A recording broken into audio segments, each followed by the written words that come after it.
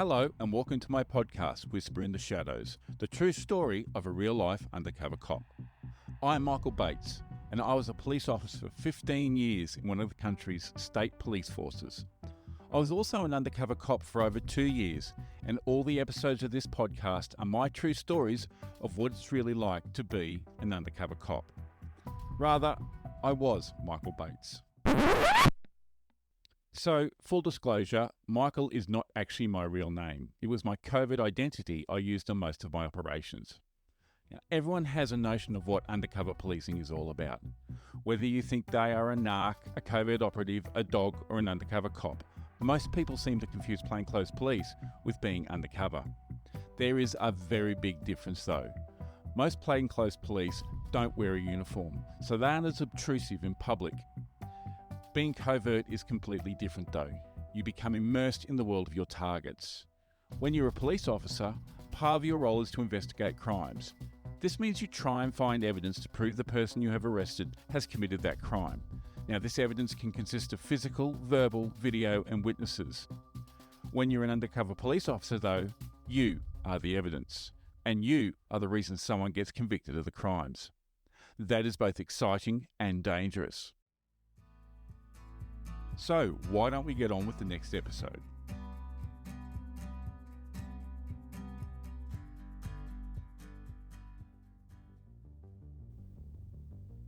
Welcome to episode 13 of the Whisper in the Shadows podcast. At the end of last week's episode, myself and Susan had headed off to pick up Trevor from his place, and we had just arrived at Kate's place where I was going to do a buy. Now remember, I also knew both Trevor and Kate from school across a 6-year period. Trevor had just gone inside to get Kate so I could buy the heroin. I was fairly confident Trevor hadn't recognised me, but wouldn't know for sure until either he came back out or Kate came out with the drugs. Oh, and I was buying half a gram from them as this was the first buy. Now, it had been about 10 minutes and we were still sitting outside waiting for someone to come back out. I had purposely not given the money to Trevor. I wanted to give it to Kate. I said to Susan, "Do they usually make you wait this long?" "I usually go inside, but she is very slow," Susan said. And just as she said that, the front door opens. Kate appears and literally flows out the front door and down the front path. Kate was dressed very much like a hippie in a long, flowing dress. She looked the same as she did at school, but you could tell that the H had taken a toll on her. She looked much older than 24. Her face was lined and sallow. Her hair was dirty and she was skinny, very skinny. Kate walks up to the passenger side window and says, "Hi, Susan," and looking at me, "You must be Mick." "Yeah, Kate, right?" I said. "Yes, so you want half a gram," she said matter-of-factly. It wasn't a question, it wasn't a statement. I wasn't sure if she was trying to show she was the boss or was thinking something else. She definitely didn't recognise me, that much I was sure of. She wasn't entirely with it though. I wouldn't have been surprised if she was just coming back from an earlier hit. She just looked directly at me with glazed over eyes. There was no recognition. They were almost lifeless. Yep, I finally said. "Great, $350, she said with a slight smile, and she put a hand on the windowsill and opened it. In her palm was an alcohol package that I assumed was the half a gram heroin. I reached into the front pocket of my overshirt, which is kind of like a flannelette shirt, took out the money, which was a combination of $20 and $50 notes, and gave it to Kate. She gave me the heroin. "Get my number off Susan and you can call me when you need to get on again," she said. "Yeah, thanks, I will," I said. And with that, she counted the money, turned around, and walked back inside. Now, before the buy, I was genuinely worried that one or both were going to recognise me. I guess I got my answer on whether they would, because neither of them had even a flicker of recognition. I dropped Susan home and then headed back to my controller's house to do the administration for the buy. I did come clean with him about knowing both Trevor and Kate and how I knew them. He wasn't happy, but we agreed that I wasn't going to do any more buys from them. He did have a laugh when I told him the story of how, when I was a teenager, I said I would get Trevor back one day.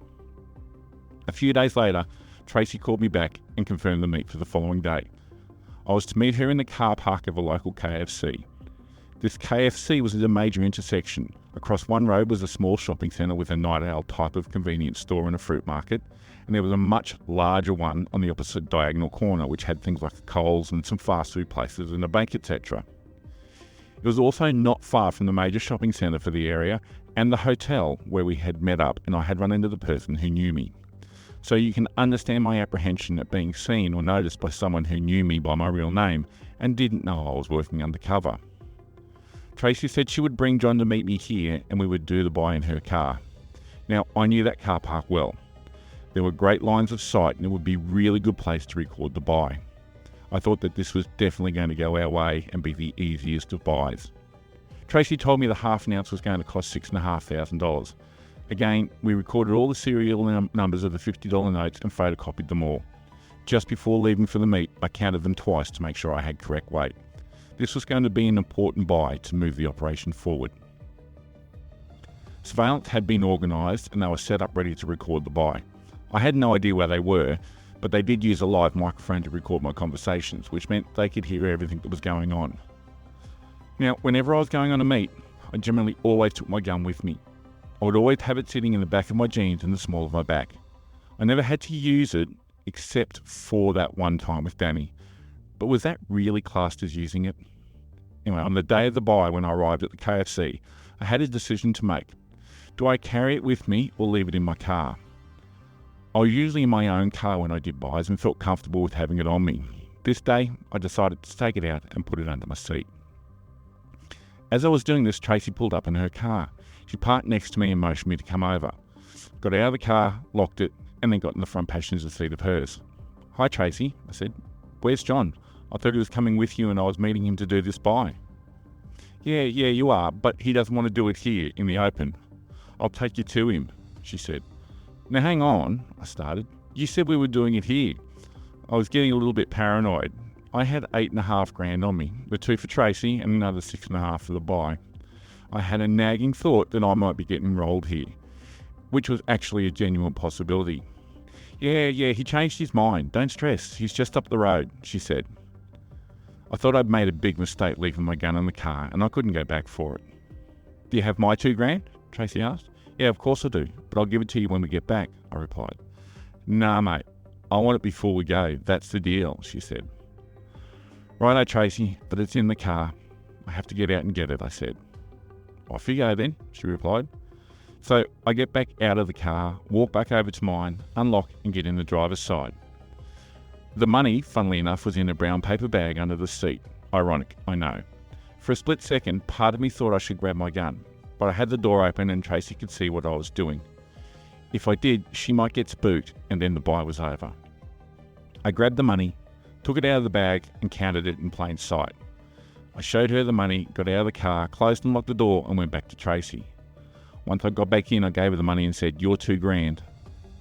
"Thank you very much," she said, taking it and putting it in a handbag. With a slight smile, she started the car. Now, I assumed that it was also going to be a headache for the surveillance team as well. They were all set up to covertly record the buy. I assumed that they would just follow me and try and set up and record me in the new location. That was a nice thought. Tracy drove out of the KFC onto the main road northbound and then turned right into the suburban area near a bowls club. "Not many people at the bowls club today," I said, trying to give some locations away in case we were being followed. "Oh, do you play, do you?" Tracy asked. Nah, I didn't mean that. I used to come here a lot with my nan, that's all," I said. Now, that was actually true. I knew exactly where I was and knew the back streets here like the back of my hand. Growing up, I had 3 schoolmates who lived in that part of the suburb, and I did actually go to the bowls club a lot with my nan. We turned right into a familiar street. It was the street my best mate from school lived in. I had only seen him a few months earlier at my wedding and then his wedding. Whilst he didn't live there, his father and sister still did. As we were driving along the street, we were getting closer and closer to his father's house. We drove past a car that was parked in the street, about the only car, and went a short way around the curve before it straightens out. Tracy then pulls over and stops. We were almost directly across the road from my mate's house. Fuck, I hope John isn't his dad, I thought to myself. He wasn't. I heard the back door open and someone get in behind me. Now, John must have been in the car parked on the side of the road and walked up to the car. I didn't see him walk down from in front of us, and there was no one walking or standing in the street on either side when we arrived. "Tracy," he said. "John, this is Mick," she said. "Mick, don't look round," he said. Now that made me nervous. "Hi, John." Now, I had already given Tracy her $2,000 before we left KFC, so I only had the $6,500 on me. Do you have my money? He asked. Yeah, sure, I have it here, I said, patting my pocket. Right, give it to me, came the reply. It was more than a request, more like a very calm order. I took the money, which were all $50 notes, out of my pocket and put it up over my right shoulder with my right hand. Do you want me to count it? I asked. No, I'll trust you, he said. And as he took the money, my right hand was still up over my shoulder with my palm facing up. I could hear him doing something in the back seat, and then he said, "Here you go." I felt something touch my hand, but whatever it was fell on the floor behind Tracy's seat. You'll have to reach over and pick that one up, he said. I've used the phrase 5 cent, 50 cent before to describe how I was feeling. What it actually means is when you get that puckering feeling or the feeling like you're shitting oneself. That's how I was feeling. My stress levels went through the roof. Now remember, from where he was sitting behind me, I couldn't see John. The only thought I had was, I'm going to lean across into the back seat footwell of this car and he's going to pop me. Either shoot me in the back of the head or stab me or punch me or do something like that. I'm gone here. I was genuinely as scared as I've ever been in my life. I took a deep and audible breath, turned and reached down into the footwell behind Tracy's seat. There I saw a package wrapped in tissue paper. I picked it up and sat back in the seat. I exhaled deeply. "You sound a bit nervous there, Mick," John said to me. "Did I? Nah, all good, mate," I replied. He then said, "Just didn't want to get my fingerprints on it." I opened the tissue paper and inside was an alfoil wrap package. And inside that was half an ounce of rock heroin. Yes, that's right, tissue paper. A surface where you wouldn't get fingerprints. Not to mention that the alfoil in the package underneath would have had fingerprints on it. I'm pretty sure he dropped it on purpose to see if it would scare me and to see how I would react. John then said, "I have your number and I'll give you a call in a few days to see how it went. You will deal with me and only me. Got it?" "Yep, John, got it. I'll talk to you when you call." And with that, he got out of the car and we drove off. Tracy took me back to my car, and I got out, making sure I had the heroin with me. Said bye, unlocked my driver's side door, and got in. I made sure she had driven off, and then I let out a huge sigh. My hands were literally shaking, and I had to sit there for a few minutes to calm myself down. Adrenaline was coursing through my body, and my heart was racing. I was also pretty elated that 1, I didn't get hurt or killed, and 2, I now had made contact with the next level in the syndicate. I headed back to a predetermined pickup point where I met with my controller. I drove back to the covert safe house and walked down the street and was picked up by him, and he then took me to the drug squad officers. We did all the administrative things like weighing the drugs, which were right on half an ounce, testing them, yep, it was heroin, and a general debrief. The change of location had caused problems for the surveillance team. They were able to record the buy on audio, but not video. The reason being, the street where Tracy had parked, there was nowhere for them to stop and sit without looking suspicious. So they had to drive past us, then turn off into the next street. I still don't know if that was the reason John had picked that spot, or if it was just a huge coincidence. Either way, that buy did not get videoed. I had nothing more to do with Tracy until the operation closed, and even then, it was just for information. My focus was now on John, and I didn't have to wait too long for the next interaction. John called me about 3 days later.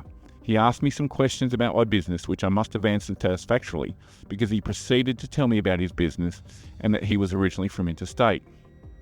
He only came here to set up the distribution for the triads and was hoping he would find someone to take it over so he could move back. He then told me he was going to travel back interstate to get some more heroin and asked me did I want to put in another order. The only catch was it had to be an ounce. Now, that was a big escalation from a quarter ounce to a full ounce. I made some excuse about letting me see if I could get the money together. It was going to be 11 grand, and that was a lot of cash. As soon as I hung up the phone, my next call was to my controller. I told him of the development, and he was pretty happy. It seemed they had tied him to the distribution for a Vietnamese group operating from interstate. Of course, I suggested we go ahead with it. We could maybe try and get an intro to the source of where the drugs were coming from. He needed to make a decision quickly because John's flight was in a few days. He would fly down in the morning and then back in the afternoon, and he wanted me to meet him at the airport to do the buy. My controller made some calls and we were given the go-ahead for this buy, so I rang John and told him I was in. He then gave me details of his flight back and told me to meet him in the pickup car park of a domestic terminal about half an hour after his flight was due to arrive. He said he didn't take any luggage on these trips, so he would walk straight through and didn't have to wait in baggage collection area. Apparently, it was the areas where you had to wait that were the biggest risk of getting you caught. He asked what car I drove and said he would see me then. It was decided we would do a buy bust. The plan was to get as much information out of John as possible, get the drugs, but try and not give him the money before the troops came running in and grabbed him. The car park was going to be set up so the space I parked in, there would be 3 or 4 cars with coppers in them with good line of sight, i.e. not too far away. So when I said the code word, they would come running and grab John. It was a good plan. I would have the money in the back of the Vitara. Once John showed me the heroin, I would say I just have to get out and get the money as it was in the compartment in the boot. Once I said I just have to get out and get the money, in would come the cavalry. It was a good plan. It was a very simple and good plan. The phrase was simple, and if it was missed, me getting out was the second trigger. It was a very simple and good plan. The day of the buy bust came. Early morning to the drug squad officers, we go through the plan. Everyone has a last minute say. We cover off on contingencies, what if this happens, etc. I'm wired up and given the 11 grand. The last thing my controller says to me is, try and make sure you don't give him the money before the team get there to arrest him. Yeah, well, I'll be out of the car getting it when they do that, so sure, I said. It was a good plan. Surveillance head out to the airport to get set up. About half an hour later, I head out too. I went through all the things I needed to do. It was a good plan. Pulled into the car park and turn the car off. I wind down my windows, take my seatbelt off and have a quick glance around. Couldn't see the team, but I knew they were there. About 10 to 15 minutes after parking, I see John walking out of the arrivals door and he heads straight to my car. The front passenger door is unlocked, so he opens it and gets in. He was carrying what looked like a parcel post envelope and it had something in it. Not too bulky, but noticeable. Mick, he says. Hi John, how was your flight? I asked. Yeah, it was good, went like clockwork, he replied. How often do you do the flights? I asked. Once every couple of weeks, usually if I have to get large amounts. John then went on to explain that he goes with a female friend on the flights. They don't sit together, but he pays for her flights. Now, I had wondered after that first buy why the package had been wrapped in tissue paper, because in almost every other buy I had done, it was just an alfoil. John explained that he would wrap the heroin tissue paper that had been soaked in perfume. His female friend would then put that in her bra, and they would enter the airport, board the flight, and come back. His female friend was also wearing the same perfume and carrying the bottle in her handbag. Apparently, this was to put off any drug detection dogs that might be at the airport. He had used the same method heaps of times. He was also starting to get the heroin sent via parcel post bags as customs didn't check them. They were only a new offering by Australia Post. He would also send the cash back to the syndicate using the express post parcel bags. It is amazing to think that such an obvious method of transporting drugs and money wasn't policed. But it is now. It was then that he pulled out the ounce of heroin. He made a great show of unwrapping the tissue paper, and there it was, an L4 package of an ounce or 28 grams of heroin. That looks great, John. I just have to get out and get the money as it's in the compartment in the back. Wanted to hide it just in case, you know what I mean. Yeah, sure, Mick, all good, he said. The phrase had been said. It was a simple plan. I open the driver's door and slowly get out of the car. I then close the driver's door. I have a quick scan around the car park and I can't see any movement. That's a bit odd, I thought. I walk to the back of the Vitara and open the back door. Again, I have a look around. No one. I say to John through the car, so how often can you meet me doing this? I want to talk to you about that, Mick, he says, looking back at me. I must have had a quizzical look on my face because he smiled. So I'm fidgeting around for the money and eventually grab the envelope with it in. I close the back door and I see a plainclothes copper sneaking up behind the 2 cars over. I make eye contact and nod as if to say, shouldn't you be here by now? He stops dead in his tracks. I walk back over to the driver's door, open and get in. John hands me the heroin and I have to hand him the money. That is what you do, right? I'm still expecting old mate 2 cards crossed to come running in with anyone. John then says to me, Mick, remember how I said I wanted to move back home? Yeah, I said, but you wanted to find someone to take over first. Yeah, that's right, he said. Would you be interested in distributing here?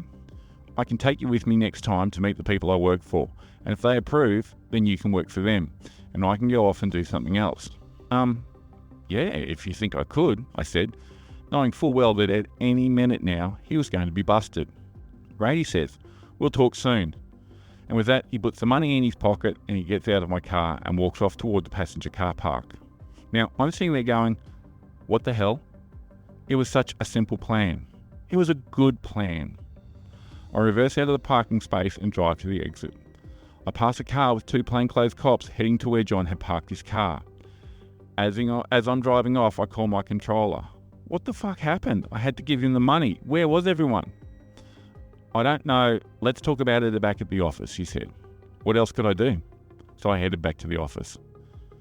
Everyone comes back and it turns out surveillance had gone to intercept him as he was leaving the car park, but didn't. No one came running because they couldn't remember what the phrase was and thought I was still doing the deal. It is what one would call a clusterfuck.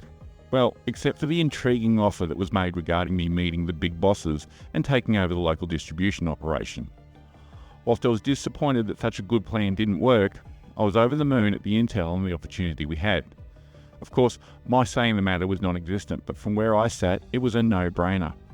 I do know my controller was of the opinion that it was a unique opportunity to infiltrate a national heroin syndicate and make a huge dent in it. A call was made to the state police of where the Vietnamese group were located. There were a lot of high-level discussions about what an operation might look like and how it could work. Could I fly to Sydney and they let me be introduced by John to the Vietnamese? Did they have intel on the group and how dangerous was it? Would I have legal protection? Or did I need to be sworn in as a special constable? After a few days, it became clear that it wasn't going to happen. The reason being, both police forces wanted to take credit for the work and the operation. Neither was backing down on it, so it didn't go ahead. It was just a dumb pissing competition as far as I was concerned. We had a unique opportunity to make inroads into a national trafficking syndicate. Hubris and bureaucracy got in the way, and as far as I'm aware, the syndicate continued on. With substantial information already collected on John, there was really no reason to continue operation any longer. A decision was made to close the op, and the long process of developing plans for the close started. I made no further buys from any of the targets. Also, it had been a few weeks since I'd had any dealings with Susan. She wasn't told when the raids were going to happen or that the operation was being closed until midway through that day, for obvious reasons. Plans were made up for raid day. I had to attend a lot of meetings and give as much information and feedback about the targets as I could. They were going to raid everyone on the same day, given most of the targets lived in the same police division or area. No by bus this time. I was just a keen observer. Roy and Charlo, Tracy, Trevor and Kate, and John were all raided. All were found with various amounts of heroin and money. John was interesting. They found 3 ounces of heroin and over $120,000. He had money all bundled up, as well as already in parcel post bags ready to be mailed. All in all, it was a very successful operation, despite the fact that we left some players on the board, albeit in another state. I found out a number of months later that Susan had been found dead. It appeared she'd committed suicide through taking an overdose. Now, I will never know if it was an accidental overdose or premeditated. The matter was obviously investigated by the coroner, but there are times when even now, I wonder. To say it didn't affect me would be bullshit. It did. I certainly don't blame myself for it, but there are times I wonder if what we did impacted on her decision to take her own life. As I sit here and record this thinking about it, I definitely have a tear in my eye and an emotional response to it. I have to admit that at the time I felt a tinge of sadness. She was a good kid that had taken a wrong turn down life's path and never quite came back. She will always be that ratbag girl at school who would never follow the rules and had a dislike of authority, albeit my authority. There are some things that we do as undercover police that people generally never see or do. Has it affected me? I think it definitely has. Who knows, maybe even as a form of PTSD. Now, that's a subject that I'll be exploring in my next interview series episode with author and advocate Keith Banks. Make sure you subscribe so you don't miss this interesting and at times eye-opening conversation. After that, the next episodes will be around my third operation. Thanks for listening. Talk to you next time. Thank you for listening to Whisper in the Shadows, my true stories of a real-life undercover cop. I hope you've enjoyed that episode. In the next one, we'll explore more exciting stories from my operations. Please make sure you subscribe to the podcast so you never miss an episode. Lastly, if you're an ex-covert operative or undercover police officer, I would love to chat to you about your experiences. Or if you're feeling dangerous, tell your stories on my podcast. Please get in contact by my email, which is whisperintheshadowspodcast@gmail.com. I look forward to you joining me next time.